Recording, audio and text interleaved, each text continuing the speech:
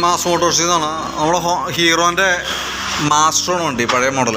അത് സർവീസായിട്ട് നമ്മൾ കയറ്റിയാണ് കേട്ടോ. സർവീസിൻ്റെ ഭാഗമായിട്ട് നമ്മളതിൻ്റെ എയർ ഫിൽറ്റർ, ക്ലച്ചിൻ്റെ ഭാഗമൊക്കെ ഡീറ്റെയിലായിട്ട് നമുക്ക് എല്ലാ ഭാഗവും ചെക്ക് ചെയ്യുന്നുണ്ട്. അപ്പോൾ നമുക്ക് ചെക്കപ്പിൻ്റെ ഭാഗമായിട്ട് ബാക്ക് ബ്രേക്ക് ലൈനറൊക്കെ നമുക്ക് ചെക്ക് ചെയ്യാൻ വേണ്ടി അയച്ചാണ്. ബ്രേക്ക് ലൈനറൊക്കെ നല്ല ലൈനർ കിടക്കണേ, കമ്പനി ലൈനർ കിടക്കണേ. നമുക്ക് അത്യാവശ്യം ഉപയോഗിക്കാനും ഉണ്ട്. അപ്പോൾ ക്ലീൻ ചെയ്ത് ഇട്ടാൽ മതി.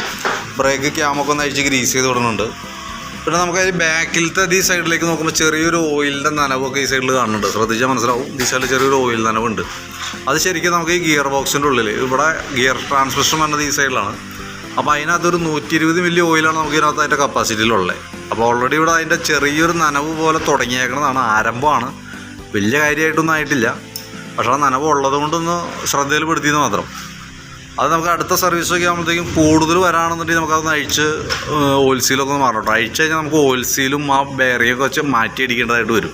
ഏകദേശം നമുക്കൊരു 900 950 നമുക്ക് കോസ്റ്റ് തന്നെയാണ്. അപ്പോൾ അതുകൊണ്ട് തൽക്കാലം ഇപ്പോൾ അങ്ങനെ ഓടട്ടെ. കാരണം എന്ന് വെച്ചാൽ വലിയൊരു പ്രശ്നത്തിലേക്കൊന്നും ആയിട്ടില്ല, ചെറിയൊരു നനവ് തുടങ്ങിയിട്ടുള്ളൂ.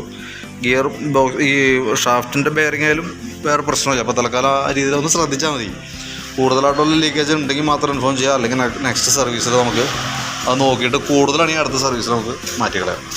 പിന്നെ അതിൻ്റെ എയർ ഫിൽറ്ററിൻ്റെ ഭാഗത്ത് നോക്കുമ്പോൾ പുതിയ ഫിൽറ്റർ കിടക്കണേ. കുറച്ച് പൊടിയൊക്കെ ഉണ്ട്, നമുക്ക് തുടച്ച് ക്ലീനാക്കി ഒന്ന് റീസെറ്റ് ചെയ്യാം.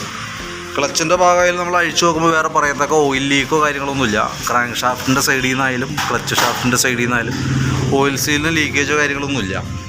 പിന്നെ ബെൽറ്റിൻ്റെ കണ്ടീഷൻ നമ്മൾ നോക്കുമ്പോൾ ബെൽറ്റ് ഓൾറെഡി പൊട്ടിയിരിക്കണം കേട്ടോ. കാരണം എന്താ വെച്ചാൽ ഇവിടെയൊക്കെ നോക്കുമ്പോൾ അറിയാം നല്ല രീതിയിൽ വിണ്ടിരിക്കുന്നുണ്ട്. കാരണം അതിൻ്റെ ഒരു നല്ല ലൈഫ് കഴിഞ്ഞിട്ടുണ്ട്. നമുക്കിതിപ്പോൾ കിടക്കുന്നത് കമ്പനി ബെൽറ്റ് തന്നെയാണ്. പക്ഷേ ഓൾറെഡി നമുക്ക് അതിൻ്റെ ലൈഫിലേക്ക് എത്തിയിട്ടുണ്ട് കേട്ടോ, പൊട്ടിത്തെറിക്കേണ്ട ഒരു വിധം. അപ്പോൾ അതൊന്ന് ചേഞ്ച് ചെയ്തിട്ടാൽ നന്നായിരിക്കും. പിന്നെ അതിൻ്റെ റോളറും കാര്യങ്ങളൊക്കെ ആയാലും വേറെ പറയത്തക്ക റോളറായാലും പോസ്റ്റ് ഡ്രൈവ് ആയാലും വേരിയേറ്റർ ബോഡിയൊക്കെ ആയാലും വേറെ പറയത്തക്ക വേറെ കംപ്ലൈൻ്റ് ഒന്നുമില്ല. നോർമൽ നമ്മുടെ ഉപയോഗം അനുസരിച്ച് നോക്കുമ്പോൾ അതനുസരിച്ചിട്ടുള്ള തേമാനമുണ്ട്, എന്നാൽ കൂടുതലായിട്ടും ഇല്ലതാണ്. പിന്നെ അത് ബെൻഡെക്സ് യൂണിറ്റാണ്, പിനിയൻ ഷാർട്ട് എന്ന് പറയും. അതിൻ്റെ വർക്കിംഗ് ആയാലും ചെക്ക് ചെയ്യുമ്പോൾ നിലവിൽ വേറെ പ്രശ്നങ്ങളൊന്നുമില്ല. അതൊന്ന് തുടച്ച് ക്ലീനാക്കിയിട്ടൊക്കെ നമുക്കൊന്ന് റീസെറ്റ് ചെയ്യാം. പിന്നെ കിക്കറിൻ്റെ വീലൊക്കെ ഒന്ന് അഴിച്ച് ഗ്രീസ് ചെയ്തിടാം കേട്ടോ. പിന്നെ ക്ലച്ച് വർക്ക് ചെയ്തിട്ടുണ്ട്, അത്യാവശ്യം പൊടിയൊക്കെ ഇതിൻ്റെ ഉള്ളിലുണ്ട്. അപ്പോൾ അതൊക്കെ ഒന്ന് ക്ലീനാക്കി ബ്രഷ് ചെയ്തിട്ട് അതൊന്ന് ക്ലീൻ ചെയ്ത് എയർ അടിച്ചൊന്ന് ക്ലീനാക്കി ഇടാം. പിന്നെ ഈ ഭാഗത്തേക്ക് വരുമ്പോഴത്തേക്കുണ്ടല്ലോ നമുക്ക് ഈ ചോക്കിൻ്റെ കേബിളുണ്ടല്ലോ, അത് ഈ ചോക്കിൻ്റെ കേബിള് ഔട്ടർ വലിഞ്ഞിട്ട് ഓവർ ലോഡായിട്ട് നിന്നിരുന്നത്. അപ്പോൾ അങ്ങനെ വരുമ്പോഴെന്ന് വെച്ചാൽ മെയിനായിട്ട് നമുക്ക് മൈലേജിലൊക്കെ ഒരുപാട് ഷോട്ട് വരും. കാരണം ചോക്ക് ഇങ്ങനെ വലിഞ്ഞ് നിന്നാൽ പെട്രോളിൽ കൂടുതൽ ഹെഡിലേക്ക് ഇറങ്ങി ചെല്ലും, മെയിനോട്ടായിട്ട് തന്നെ കത്തി പോകും. നമ്മളിത് വലിഞ്ഞേക്കും നമുക്ക് അറിയാൻ പാടില്ലല്ലോ. കാരണം അങ്ങനെ ഈ പുറമേ നോക്കുമ്പോൾ ഇവിടെയൊക്കെ ഓക്കെ ആയിരിക്കും, ഒരേ രീതിയിലായിരിക്കും നിൽക്കുക. അവിടെ ഔട്ടർ വലിഞ്ഞേക്കണതാണ് അതിൻ്റെ ഉള്ളിൽ ഇങ്ങോട്ട് വലിഞ്ഞേക്കുണ്ടാവും. അത് നമുക്ക് കൈയോടെ അത് മാറ്റിയിടാം. കാരണം എന്താ വെച്ച് കഴിഞ്ഞാൽ അതല്ലെങ്കിൽ നമ്മുടെ ശ്രദ്ധയിൽ പെടുകയും കഴിഞ്ഞാൽ കൂടുതലായിട്ട് വന്നു കഴിഞ്ഞാൽ വെറുതെ പെട്രോൾ കത്തിപ്പോവും. പെട്രോൾ കത്തുന്നതിൻ്റെ മാത്രമല്ല ഓൾറെഡി നമുക്ക് ഹെഡിനകത്ത് അതിൻ്റെ അനുസരിച്ച് കാർബൺ കൂടിക്കൊണ്ടിരിക്കും. കാരണം കറക്റ്റ് റേഷ്യോയിൽ ചെന്നാൽ കൂടുതൽ പെട്രോൾ ചെന്നാലും അത് പൊല്യൂഷനായിട്ട് മാറും. അപ്പോൾ അത് നമുക്ക് തൽക്കാലം അത് മാറ്റിയിടാം. ആക്സിലേറ്ററിൻ്റെ കേബിളൊക്കെ നമ്മൾ ചെക്ക് ചെയ്യുമ്പോൾ വേറെ പറയത്തൊക്കെ ടൈറ്റൊന്നുമില്ല. തൽക്കാലം അങ്ങനെ നിലനിർത്താം കേട്ടോ. പിന്നെ എൻജിൻ ഹെഡിൻ്റെ ഈ കവറിൻ്റെ ഈ ഗ്യാസ്കറ്റ് ഇവിടെ ലീക്ക് ആവുന്നുണ്ട്. കാരണം അതിൻ്റെ ഉള്ളിലേക്ക് നോക്കി അറിയാം അത്യാവശ്യം ഓയിലൊക്കെ ചാടി കിടക്കുന്നുണ്ട്. ആ എൻജിൻ ഹാങ്ങറുമ്പോഴേക്കൊക്കെ ഓയിൽ ചാടിയിരുന്നു. അത് നമുക്ക് ഈ കവർ അഴിച്ച് കഴിഞ്ഞാൽ അതിൻ്റെ ഉള്ളിലാണ് അതിൻ്റെ ഗ്യാസ്കറ്റ് വരാം. ആ ഗ്യാസ്കറ്റും മൗണ്ട് റബ്ബറും കൂടി മാറ്റി കഴിഞ്ഞാൽ ആ ഓയിൽ ലീക്കിൻ്റെ അവിടെ നിന്നോളും. പിന്നെ നമുക്ക് ഫ്രണ്ട് ഭാഗത്തേക്ക് വരുമ്പോഴത്തേക്കും ഫ്രണ്ട് സസ്പെൻഷനൊക്കെ നമ്മളൊന്ന് ഗ്രീസ് ചെയ്യുന്നുണ്ട് അഴിച്ച്. കാരണം നമുക്ക് ലിങ്ക് ടൈപ്പ് സസ്പെൻഷൻ വരാം. നമ്മൾ മാനുവലായിട്ട് തന്നെ അഴിച്ച് ഗ്രീസ് ചെയ്യണം. അതേപോലെ തന്നെ കുഷൻ അസംബ്ലിയുടെ ബുഷും അതൊക്കെ ഒന്ന് ക്ലിയർ ചെയ്യുന്നുണ്ട്. ഈ സൈഡ് നമുക്ക് കോളർ ചെറിയൊരു പ്ലേ കാണിക്കുന്നുണ്ട്. ഞാൻ ജസ്റ്റ് അഴിച്ച് നോക്കാം. അഴിച്ചിട്ട് നമുക്ക് ആ കോളർ മാത്രം മാറ്റിയാൽ മതി. എന്നിട്ട് നമുക്കത് മാറ്റിയിട്ട് അങ്ങ് ഗ്രീസ് ചെയ്ത് തരാം. കോളർ ഏകദേശം എനിക്ക് തോന്നുന്നു രണ്ട് കോളർ വരുമ്പോൾ ഏകദേശം ഒരു 100 താഴെ വരുള്ളൂ. ആ ചെറിയൊരു പ്ലേ ഉള്ളൂ, അതിൻ്റെ പിക്ചർ ബുഷാണ്. അപ്പോൾ അത് കൈയോടെ മാറ്റിയിടാണെങ്കിൽ അഴിച്ചു നോക്കട്ടെ, ആവശ്യമാണെങ്കിൽ മാത്രം ചെയ്താൽ മതി കേട്ടോ. പിന്നെ അതേപോലെ തന്നെ നമുക്ക് അതിൻ്റെ ബാറ്ററിയൊക്കെ നമ്മളൊന്ന് ചെക്ക് ചെയ്യുന്നുണ്ട്. SF സോണിക്കിൻ്റെ ബാറ്ററിയാണ് അത് ഇരിക്കണത്. കാഴ്ചയിൽ പുതിയ ബാറ്ററി ആയിട്ടാണ് തോന്നുന്നത്. ഞാൻ ആ ബാറ്ററി ഒന്ന് ചെക്ക് ചെയ്യാം. 12.74 വോൾട്ട് നമുക്ക് കിട്ടുന്നുണ്ട് ഉപയോഗിക്കാനായിട്ട്. നമ്മൾ ബാറ്ററി ടെസ്റ്റിലേക്ക് കൊടുത്തിട്ടുണ്ട്. ടെസ്റ്റിലേക്ക് കൊടുക്കുമ്പോൾ നിലവിൽ ഇതിനകത്ത് കംപ്ലൈൻ്റ് ആയിട്ട് അതിൻ്റെ ഇത് കാണിക്കുന്നുണ്ട്. പക്ഷേ അതിൻ്റെ കാഴ്ചയിൽ പുതിയ ബാറ്ററി ആയിട്ടാണ് നമുക്ക് ഫീൽ ചെയ്യുന്നത്. പക്ഷേ സെൽഫൊക്കെ വർക്കിംഗ് ആണ് താനും. അപ്പോൾ നമുക്കൊന്ന് ബാറ്ററിയുടെ കണ്ടീഷൻ ഒന്ന് ചെക്ക് ചെയ്തോളൂ. കാരണം എന്ന് വെച്ചാൽ ബാറ്ററി വാറണ്ടി കാർഡൊക്കെ ജസ്റ്റ് ഒന്ന് നോക്കി വെച്ചോളൂ. കാരണം ഞാൻ നമുക്ക് സെൽഫുമായി ബന്ധപ്പെട്ട ഒരു കംപ്ലയിൻറ്റ് ഫേസ് ചെയ്യേണ്ടി വന്നാൽ ഓൾറെഡി ഒക്കെ വാറണ്ടിയിൽ മാറ്റിയെടുക്കേണ്ടതായിട്ടുണ്ട്. കാരണം ശരിക്കും മോഡൽ ബാറ്ററി എന്നൊക്കെ പറയുമ്പോൾ 2 വർഷമാണ് അതിൻ്റെ റീപ്ലേസ്മെൻറ്റ് വരാം.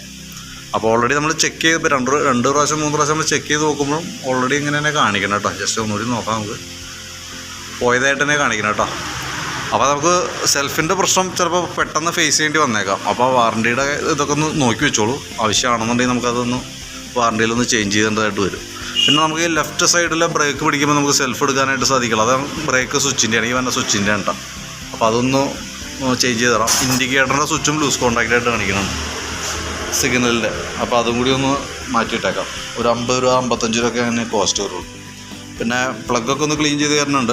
സെക്കൻഡറി ഫിൽറ്റർ ഫോം ടൈപ്പാണ്, അത് പൊടിഞ്ഞു പോയിട്ടുണ്ട് കേട്ടോ. അപ്പോൾ നമുക്കൊന്ന് ചേഞ്ച് ചെയ്തിട്ടേക്കാം. കാരണം വെച്ചാൽ അത് ഇടയ്ക്ക് നമുക്ക് മാറ്റി കളയേണ്ടതാണ്.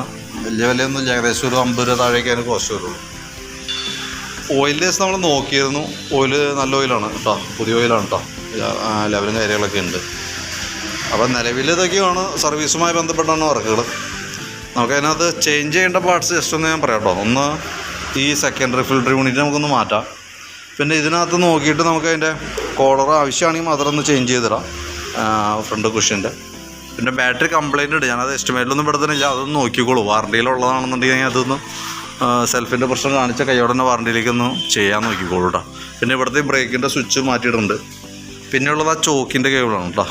ചോക്ക് കേബിള് ബെൽറ്റ് പൊട്ടിയിരിക്കുന്നുണ്ട്, അത് ബെൽറ്റിൻ്റെ കേസ് പെടുത്തിയേക്കാം. പിന്നെ ഈ ഹെഡിൻ്റെ ഈ ലീക്കിന് വേണ്ടിയിട്ടുള്ള അതിൻ്റെ ഓറിങ്ങും ആ ഹെഡ് കവറിൻ്റെ ഗ്യാസ്കറ്റും ഓയിൽ സീലും ഇത്രയായിട്ടാണ് നമ്മൾ എസ്റ്റിമേറ്റിലേക്ക് ഉൾപ്പെടുത്തിയാണ് കേട്ടോ. അപ്പോൾ അത് നോക്കിയിട്ട് അതിൻ്റെ ഡീറ്റെയിൽസ് ഒന്ന് വാട്സാപ്പിലേക്ക് ഒന്ന് സെൻഡ് ചെയ്തിടാം. അപ്പോൾ വീഡിയോ ഒന്ന് കാണാം, കണ്ടതിന് ശേഷം നോക്കിയിട്ടൊന്ന് റിപ്ലൈ ഇടാം. കാരണം റിപ്ലൈ കിട്ടിയാൽ നമുക്ക് അതനുസരിച്ച് വർക്ക് കംപ്ലീറ്റ് ചെയ്യാനായിട്ട് പറ്റുള്ളൂ. ഓക്കെ. പിന്നെ അതുപോലെ ടയറിൻ്റെ കേസ് പറയുന്നുണ്ടായിരുന്നു, ഞാനത് പറയാൻ വിട്ടുപോയതാണ്. ഫ്രണ്ട് ടയറും കൂടി നമ്മൾ ചേഞ്ച് ചെയ്തിട്ടുണ്ട് കേട്ടോ. അതും കൂടി ഉൾപ്പെടുത്തിയിട്ടുള്ള എസ്റ്റിമേറ്റ് പറയാം.